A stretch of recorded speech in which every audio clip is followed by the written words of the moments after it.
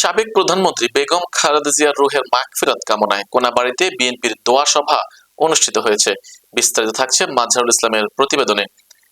সাবেক প্রধানমন্ত্রী ও BNP chairperson Begum Khaleda জিয়ার রুহের মাগফিরাত কামনায় গাজীপুর মহানগরীর কোনাবাড়ীতে দোয়া ও আলোচনা সভা অনুষ্ঠিত হয়।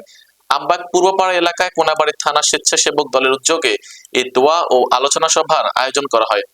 অনুষ্ঠানে পবিত্র কোরআন তিলাওয়াত ও বিশেষ মোনাজাতের মাধ্যমে খালেদা জিয়ার রুহের মাগফিরাত কামনা করা হয়।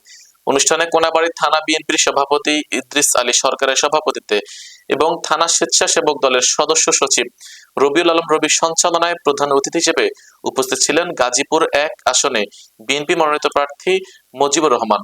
তিনি বক্তব্য রাখেন।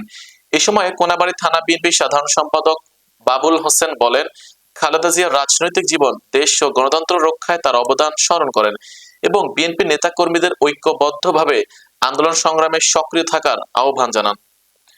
দোয়া ও আলোচনা সভায় কোনাবাড়ী থানা বিএনপি অঙ্গ ও সহযোগী সংগঠনের বিভিন্ন স্তরের নেতাকর্মীরা উপস্থিত ছিলেন। অনুষ্ঠান শেষে খালেদা জিয়ার রুহের মাগফিরাত কামনায় বিশেষ দোয়া পরিচালনা করা হয়। তিনি বিএনপিতে সাংগঠনিক সভাপতি হিসেবে করেন একমাত্র সদস্য সচিব এবং রবিউল আলম রবি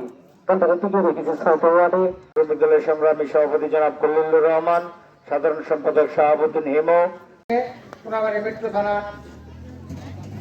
আমার মমতা মহিমা। সময়টা পার হয়ে গিয়েছে, 3:30টার বেশি বাজে।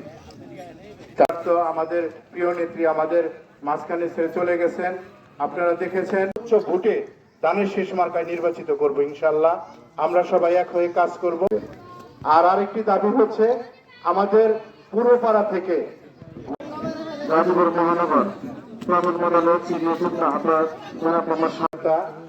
কারা নির্যাতিত যুবনেতা জিয়া ভাই উপস্থিত আছেন।